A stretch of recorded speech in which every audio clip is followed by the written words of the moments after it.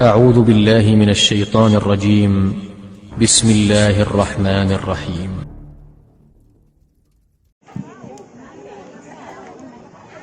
Bismillahirrahmanirrahim. Assalamualaikum warahmatullahi wabarakatuh.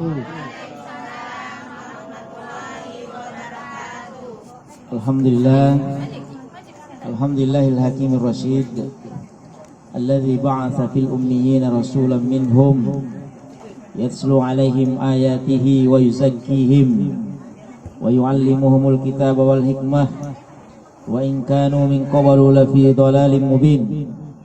Amma ba'd, ayyuhal hadirun, usikum wa nafsi bitaqwallah faqad fazal muttaqun. Alhamdulillah, para asatiz, Ustadz Beni, Ustadz Hakim, Ustadz Samsudin, para ustazah di Pulau Bertam, Pulau Lingke dan Pulau Garah, dan Pak RT, Bu RT, dan segenap Bapak Ibu sekalian tokoh masyarakat. Kita bersyukur pada Allah Subhanahu wa taala pada hari ini masih bisa tersenyum, masih bisa berkumpul bersama-sama. Sekedar datang duduk saja di sini, Bu, itu udah pahalanya luar biasa, Bu. Ini namanya silaturahim. Ya. Itu sekali kita jabat tangan, tasafah dengan saudara-saudara kita, itu insyaallah banyak dosa yang berguguran. Apalagi disertai dengan niat dan hati yang bersih dan ikhlas, insyaallah.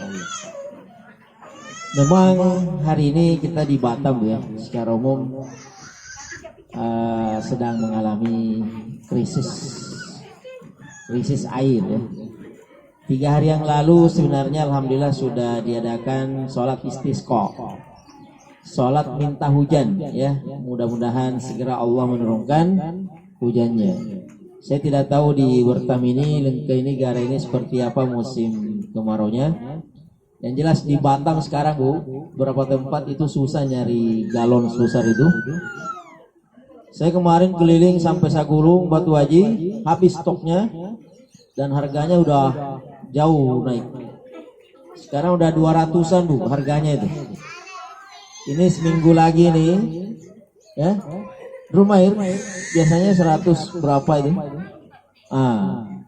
Ini seminggu lagi kalau hujan juga tak turun dan kemarau ini tidak dihindarkan, dan juga dam-dam penampungan air di Batam tidak bisa lagi dikondisikan, ya mungkin ini akan semakin naik harganya, Bu. Kayak masker, Bu, ya. Masker dulu hanya 30.000, sekarang sudah 300.000. Itu pun susah nyarinya. 300.000 satu dus. Dulu itu 15.000, Bu. Sekarang udah 300.000 dan sekarang nggak ada yang jual. Alhamdulillah. Saya lihat ibu-ibu masih senyum di sini, berarti itu masih happy lah, ya. Mudah-mudahan sih krisis boleh datang, masalah boleh ada, tapi senyum dan hati tetap harus ceria, ya, Bu. Alhamdulillah ala kulli hal. Baik, jadi insyaallah pada pagi hari ini insyaallah kita akan memasuki babak baru. Artinya kalau sebelumnya kita tematik, maka mulai pengajian bulan ini kita akan belajar secara bertahap dan terstruktur insyaallah, yaitu belajar fikih, Bu. Dulu Ustadz sudah sampaikan Islam itu secara garis besar ada berapa, Bu? Islam itu secara garis besar dibagi ke dalam 3 bagian. Ada masalah pokok, 3 masalah besar dalam Islam, Bu. 1 disebut tauhid, ya, Bu, ya. Akidah. Ini biasanya masalah hati nih. Akidahnya udah benar belum? Kepercayaan kita, keyakinan kita kepada Allah sebagai Tuhan, kepada Rasulullah sebagai Rasulullah Allah, kepada Al-Quran sebagai kitab, itu apa, sudah benar-benar mantap atau seperti apa? Itu akidah namanya. Yang kedua ada namanya fikih, syariat, ya, Bu, ya. Fikih ini kadang mengajarkan kita tentang tata cara beribadah, kadang juga disebut muamalah. Bagaimana kita berinteraksi dengan sesama manusia seperti jual beli, pernikahan. Nah, itu muamalah namanya, Bu. Fikih juga namanya. Kemudian yang ketiga ada namanya akhlak. Nah, kalau akidah adalah pondasi, Bu, bisa nggak kira-kira rumah ini berdiri tanpa akidah, Bu, tanpa pondasi? Nah, kira-kira rumah ini bisa nggak berdiri kalau tidak ada tiangnya di bawah, Bu? Tidak ada pondasinya. Orang yang beragama Islam itu ibarat pondasi itu adalah akidah, Bu. Kalau akidah kita bermasalah, susah membangun bangunan keislaman kita. Yang kedua tadi fikih. Fikih ini ibarat pilar-pilar ini, Bu. Nih. Ini atap tidak mungkin ada ini kalau tidak ada tiang-tiang seperti ini, ya, Bu ya. Nah, itulah yang disebut dengan fikih. Yang ketiga akhlak. Akhlak ini membuat kita indah nampak, Bu. Ya, membuat kita enak dipandang, bergaul dengan sesama manusia juga bagus. Ini atap rumah ini yang disebut dengan akhlak itu, Bu. Mempercantik dinding-dinding, hiasan-hiasan rumah, itulah yang disebut dengan akhlak. Nah, bagaimana ibu berbicara, ya, bagaimana ibu bertetangga, bagaimana terhadap suami, bagaimana terhadap anak, bagaimana supaya di hati ini tidak ada iri, tidak ada hasad, tidak takabur, tidak suka gosip, tidak suka berpikiran negatif, suuzon terhadap sesama. Itu akhlak, Bu, cakupannya itu. Nah, ini Islam secara garis besar. Nah, insya Allah pada pagi hari ini kita akan bahas tentang fikih, Bu. Fikih ini secara garis besar terbagi dua. Ada namanya fikih ibadah, ada namanya fikih muamalah. Nah, jadi ada fikih ibadah, ada fikih muamalah. Kalau kita bicara fikih ibadah, Bu, ibu-ibu kan udah sholat, Bu, ya? Udah sholat. Sebelum bicara sholat, Bu, ini kan sholat tidak akan sah kalau kita tidak berwudu. Dan wudu ini tidak akan sah kalau kita tidak membahas tentang masalah air, ya, Bu, ya. Jangan sampai kita sudah puluhan tahun nikah sama bapaknya, sama abiknya, udah punya anak 5, ternyata tidak pernah mandi junub. Ini yang masalah nih. Atau mandi junub tapi cara mengambil airnya salah. Ternyata air itu tidak layak untuk dipakai mandi junub.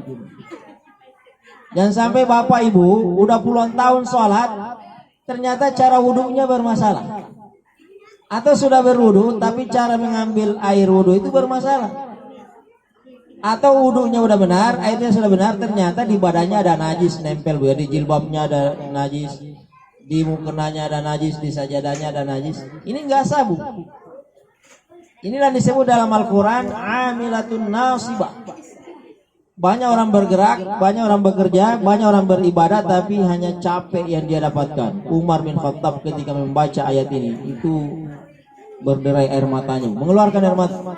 Dan sampai saya termasuk orang-orang seperti ini, udah puluhan tahun jadi orang beribadah, bekerja keras, tapi tidak ada yang saya dapatkan kecuali capek semata. Nah, ini, Bu, insya Allah kalau ada yang sudah belajar kita permantap lagi. Yang belum pernah belajar kita bahas insya Allah, Bu, ya.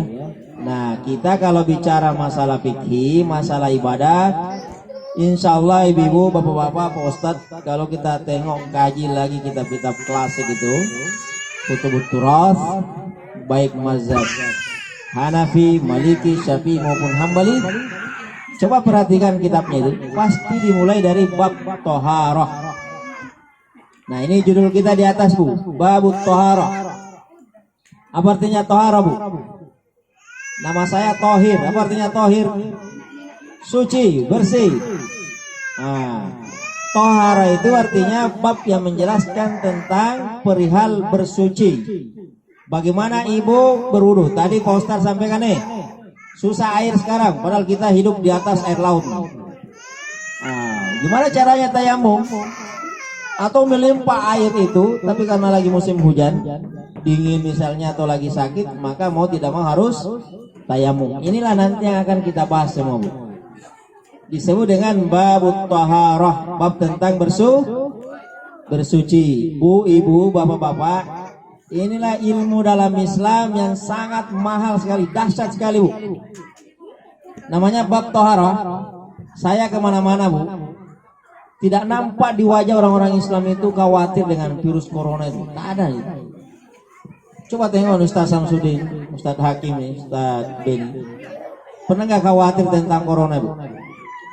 Salah satu rahasianya, Bu, ternyata kenapa kita umat Islam tidak perlu takut corona.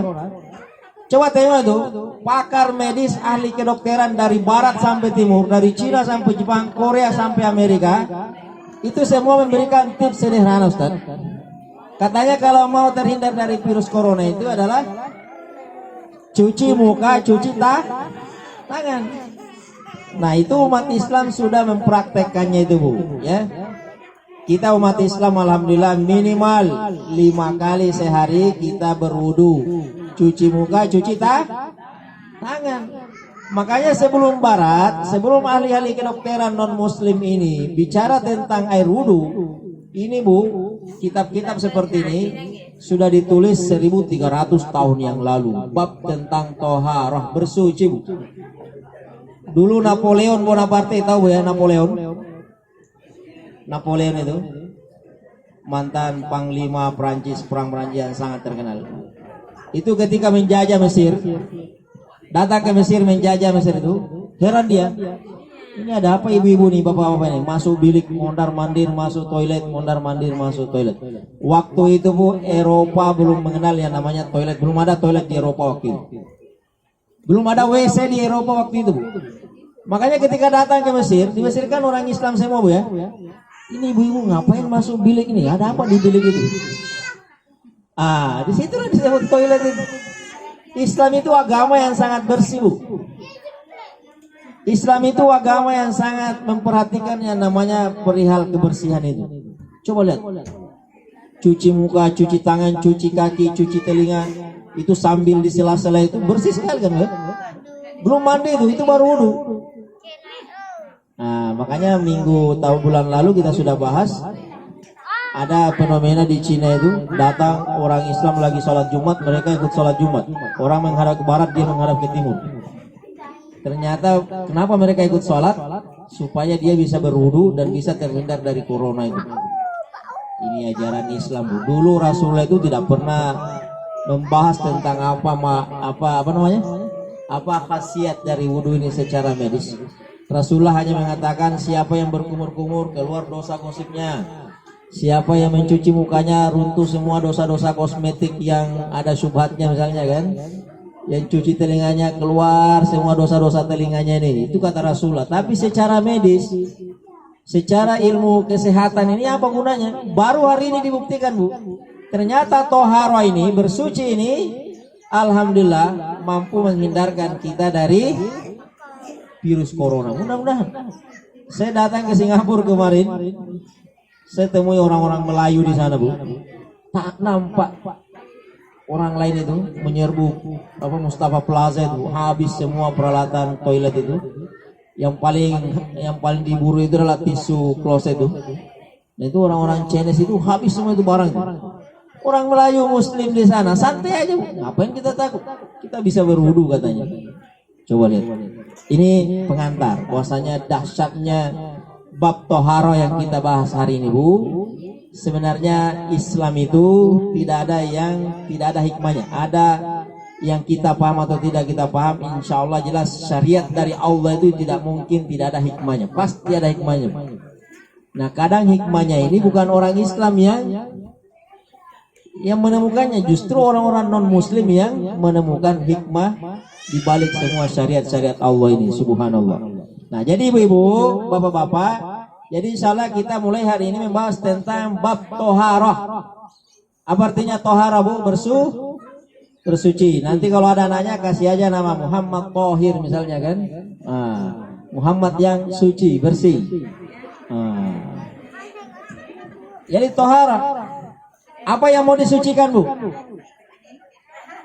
Kita mau bersuci apa nih, Bu? Jadi kalau mau berwudu harus Kalau mau maaf nih yang sudah punya suami, punya istri, kan ada berhubungan badan tuh.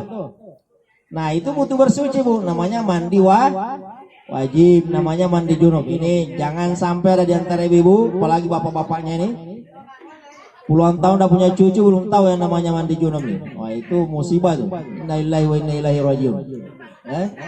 Nah sekarang bab tohara ini pasti dimulai dari air Bu. Kita kalau bicara masalah tohara pasti bicara masalah air. Kebetulan kita di Pulau Lingke ini, Pulau Bertam, Pulau Gara, hidup di atas air. Pulau ini.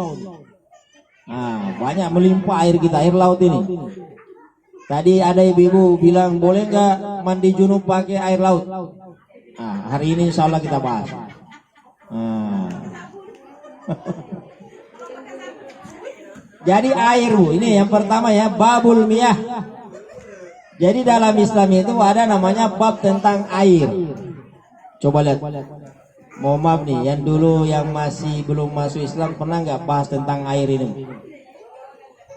Kira-kira ada nggak yang mendapatkan kajian pembahasan tentang air di sebelum masuk Islam nih? Ada nggak Bu? Ajaran yang membahas tentang air? Pernah nggak? Tak ada kan? Islam Bu, sebelum kita belajar sholat, sebelum naik umroh, sebelum naik haji, ini dulu yang harus dibahas nih. Yang paling nomor satu dibahas air. Karena kita start dari air, kita semua dari air. Al-ma'u bil ma', air harus dengan air. Dan kita semua berasal dari air. Nah, pembahasan pertama kalau kita bicara fikih bab tohara bersuci adalah air. Tidak boleh orang sholat, tidak boleh orang berwudu kalau tidak tuntas masalah air ini. Air ini harus selesai dulu. Penting sekali pembahasan air ini. Karena kalau lolos dari air, lolos di wudunya, lolos di sholatnya. Jangan ada yang masuk Islam, berislam, langsung sholat, tak tahu apa itu cara wudunya, tak tahu cara airnya. Nah ini nomor satu adalah air. Nah ada beberapa pembagian air Bu ya. Yang pertama ada namanya al-ma'ul mutlak, air yang mutlak. Apa artinya air mutlak Bu? Tohir wa mutahhir. Nah, nama saya lagi nah ini. Yang namanya air mutlak adalah al-ma'u at-tohir wa mutahhir. Air suci dan mensucikan. Banyak Bu air yang bersih tapi tidak bisa dipakai bersuci. Air kelapa itu Bu bersih nggak? Enak nggak diminum? Tapi itu tidak boleh dipakai untuk berwudu, tidak boleh dipakai untuk mandi junub. Ya Bu ya? Langsung saya tembak aja nih mandi junub. Air teh Bu, susu ini suci nggak Bu? Bersih nggak? Bersih, bukan najis, tapi tidak bisa dipakai untuk bersuh. Jadi ada namanya air mutlak, air yang bersih dan bisa dipakai untuk mensucikan. Yang namanya bersuci itu Bu ada dua, bersuci dengan berwudu dan bersuci dengan mandi junub. Nah, paham ya? Nah air mutlak ini suci dan mensucikan banyak macamnya Bu. Nah ini nanti supaya nggak bingung lagi. Nanti kalau air ATB mati gimana dong? Jangan, tidak ada ATB ya. Air apa di sini? Air laut, air nyelah. Nah, ini Bu diantara jenis-jenis air yang suci dan bisa dipakai untuk mandi junub dan berwudu. Dengar baik-baik ya, jangan sampai ragu nih. Satu adalah ma'ul matar, air hujan. Jadi air hujan itu Bu boleh dipakai untuk berwudu dan boleh dipakai untuk mandi junub. Selama ini ada yang tidak mau pakai air hujan? Atau semuanya air hujan ya? Tak ada masalah. Nggak ada masalah. Itu kan airnya banyak tuh, airnya banyak. Jadi nanti kalau dalam fikih Syafi'i itu namanya maul kasrah. Yang kalau nanti ada syaratnya Bu, ada syaratnya nanti. Nah, kalau tidak berubah rasanya, kecuali kalau udah rasa tai cicak itu yang nggak boleh tuh. Makanya nanti harus diteliti dulu rasanya, warnanya dan baunya, itu namanya zat, sifatnya, sifat air itu. Jadi satu, air hujan Bu ya, sepakat Bu ya. Ini semua ulama sepakat air hujan boleh dipakai bersuci. Silakan ditampung airnya Bu, baru dipakai berwudu dan mandi junub. Silakan, nggak ada masalah. Nah, yang kedua, ma'us salj, air salju. Nah, di sini alhamdulillah nggak ada salju Bu ya. Nah, nggak ada salju di sini, nggak usah dibahas nih. Tapi mudah-mudahan suatu saat ada ibu-ibu jalan-jalan ke Eropa nih. Ah, tiba-tiba Ustaz Samsudin mengeluarkan door prize, ibu-ibu yang hafal ratib siapa misalnya nih, kasih hadiah jalan-jalan ke Eropa misalnya, pas lagi musim dingin. Nah, dapat salju. Ini kan tidak ada yang mustahil Bu, tidak menutup. Rasulullah itu dulu bicara salju itu mana ada salju ini? Padang pasir Bu, nggak ada sumur bor waktu itu. Tapi udah dibahas. Mana tahu ibu anaknya nanti sukses besar, diajak jalan-jalan ke Amerika, lagi musim salju kan, pas di sana, oh ini salju, kita mau sholat nih, ya udah pakai itu aja.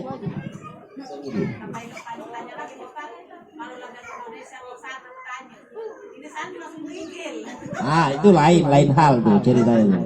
Namanya jalan-jalan kan harus dicoba semua segala macam musim ya.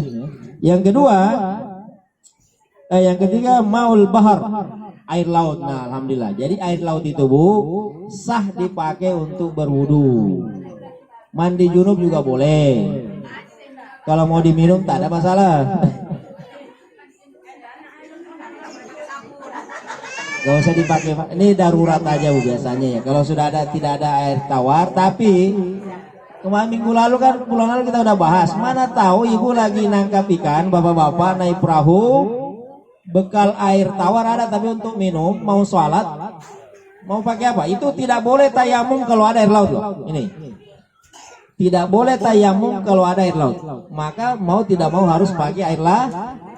Yang penting jangan diminum. Kalau sekedar berwudu, mandi junub boleh. Itu ya. Nih, yang kedua adalah air laut. Saya nggak usah baca hadisnya. Dalilnya ini ada dalilnya semua. Yang ketiga selanjutnya ma'u zamzam. Wah, ini masya Allah ini air zamzam Bu. Mana tahu ibu dapat oleh-oleh dari Ustadz Beni misalnya kan naik umroh, dikasih oleh-oleh air zamzam, borong-borong mau dipakai mandi Bu, diminum aja Bu. Tapi kalau di Mekah itu dipakai mandi, itu sumur yang tidak pernah kering Bu. Bayangkan air zam-zam itu luasnya hanya berapa, tapi ini air tidak pernah, dan itu bisa dipakai jutaan orang tiap hari. Itu diminum gak pernah habis. Dan umurnya sudah 3000 tahun lebih. Itu seumur dengan Nabi Ismail. Sampai hari ini tidak pernah kering air zam-zam ini. Nah, kalau suatu saat datang ke sana Bu, ada stok air zam-zam, silakan, banyak loh Bu. Banyak jamaah umroh, jamaah haji berwudunya pakai air zam-zam. Nggak ada masalah, itu sah. Nah, kemudian air sumur. Nah, mungkin di Pulau Bertam ini ada sumur atau sumur bor, itu airnya boleh dipakai untuk berwudu. Kemudian air sungai, air danau, boleh semua itu. Nah, boleh semua dipakai untuk bersuci. Nah, ini diantara jenis-jenis air yang istilahnya tohir wa mutohir, suci mensucikan. Paham ya? Nah, yang kedua, ini ada namanya ma'ul mustakmal. Pernah dengar Bu, Bapak? Namanya air mustakmal, air second. Jadi bukan cuma HP second Bu, ada juga namanya air second nih. Apa maksudnya air mustakmal nih, air second ini? Ibu-ibu kan kalau mandi di bak mandi tuh ya, mandi kan, bukan kerang itu tapi ember. Itu kalau kita mandi, itu kan percikan air kembali ke ember itu ya. Itulah disebut dengan air mustakmal. Itu Bu, air kalau mazhab Syafi'i kalau kurang dari 2 kullah, 2 kullah itu berapa liter? 200 liter Bu. Satu drum itu tidak boleh dipakai berwudu Bu. Hati-hati, makanya ibu-ibu kalau mandi di kamar mandi, kebetulan airnya bukan air keran ya, Tapi air bak mandi itu kapan airnya kepercik kembali ke situ, maka itu tidak sah lagi dipakai untuk berwudu, tidak sah dipakai untuk mandi junub, harus air baru lagi. Paham ya? Kira-kira ya. Tapi kalau mazhab yang lain seperti mazhab Maliki dan mazhab Hambali itu mengatakan tidak ada masalah, boleh saja dipakai. Tapi kita di Indonesia mayoritas mazhab Syafi'i, ya mayoritas mazhab Syafi'i itu memakai pendapat ini, yang namanya air mustakmal itu tidak boleh dipakai untuk berwudu. Paham ya? Nah, kemudian yang ketiga, ada air, ini air nih Bu, suci namanya nih, boleh dipakai berwudu. Tapi kalau sudah dicampur teh obeng, dikasih teh atau kopi mix atau apa kayak, itu berubah hukumnya menjadi tidak boleh dipakai berwudu. Ini namanya al-ma'ul ladzi khalatahu at-tahir, air bersih tapi dicampur dengan sesuatu yang bersih, seperti yang tadi saya sampaikan, air teh, air kopi dan lain sebagainya, atau bercampur dengan kunyit misalnya kan, atau jamu dan lain sebagainya, atau jahe, ada yang geser di sini, atau jahe atau kunyit dan lain sebagainya. Itu tidak najis, bersih, tapi itu tidak boleh lagi dipakai untuk berwudu ya. Nah, kemudian yang terakhir, air yang bercampur dengan tadi kata ibu tuh, gimana kalau dalam ember itu bak mandi itu ada tikus mati, ada tikus mati, atau di atas sink ada kucing mati misalnya kan. Nah, ini Bu harus tengok airnya ini. Ada namanya sifat air Bu.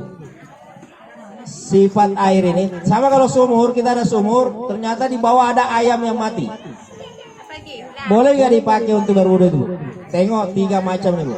1, perhatikan rasanya Bu. Ada nggak yang mau coba Bu?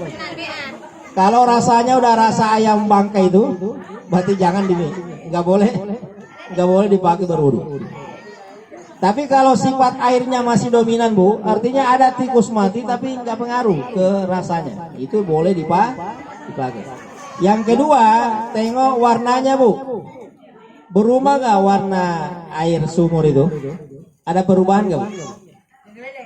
Misalnya nih air laut ini berubah jadi air karena maaf nih ada orang meninggal di laut, iya kan?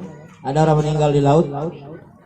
Kalau dia meninggal di sini dan ternyata air laut itu tidak berubah sifatnya, tetap rasanya asin dan lain sebagainya, maka air laut itu tetap boleh dipakai berwudu. Tapi kalau sudah bau mayat, mohon maaf nih, air laut itu di sekitar situ udah bau mayat, menyengat lagi, maka itu tidak boleh dipakai untuk berwudu. Paham ya? Air sumur juga gitu, air apa lagi? Air sungai, air danau, semua jenis air. Kemudian yang ketiga sifatnya itu Bu adalah baunya. Jadi ada 3 Bu ya, warnanya, baunya dan rasanya. Rihuhu wa ta'muhu wa launuhu. Baunya, rasanya dan warnanya. Kapan air ini berubah rasanya, berubah warnanya dan berubah baunya, nah itu tidak boleh lagi dipakai untuk berwudu. Nah, ibu-ibu paham sekarang masalah air Bu? Nah, ini Bu ya, penting sekali nih Bu, supaya kita nggak bingung, supaya kita berwudu dengan benar ya. Jadi ada air yang suci mensucikan, ada air mustakmal, ada air suci tapi bercampur dengan sesuatu yang suci. Nah, itu juga tidak boleh ya. Misalnya air teh tadi. Jadi tidak boleh berwudu pakai air teh. Jangan mentang-mentang banyak sisa teh obeng misalnya kan, mau pula dipakai berwudu. Nah, itu tidak sah. Kemudian yang terakhir, air yang campur dengan najis. Nah, kalau bercampur dengan najis, tengok warnanya, baunya dan rasanya. Kapan salah satu dari 3 ini, sifat ini berubah, ada perubahan, maka itu tidak boleh dipakai untuk bersuci Bu ya. Baik, Bapak Ibu sekalian sama-sama berbahagia. Ini pembahasan kita pada pagi hari ini, insyaallah mudah-mudahan menjadi pembuka buat kita semua. Nanti insyaallah kita akan bahas tentang masalah najis, masalah sisa-sisa bu. Apakah ini misalnya nih diminum, kemudian mau dipakai berwudu, sah nggak wudunya ini? Nah ada nanti pembahasannya insyaallah. Baik, sebelum kita tutup, barangkali ada ibu-ibu yang ingin bertanya atau ada bapak-bapak yang ingin bertanya, kami persilakan ya.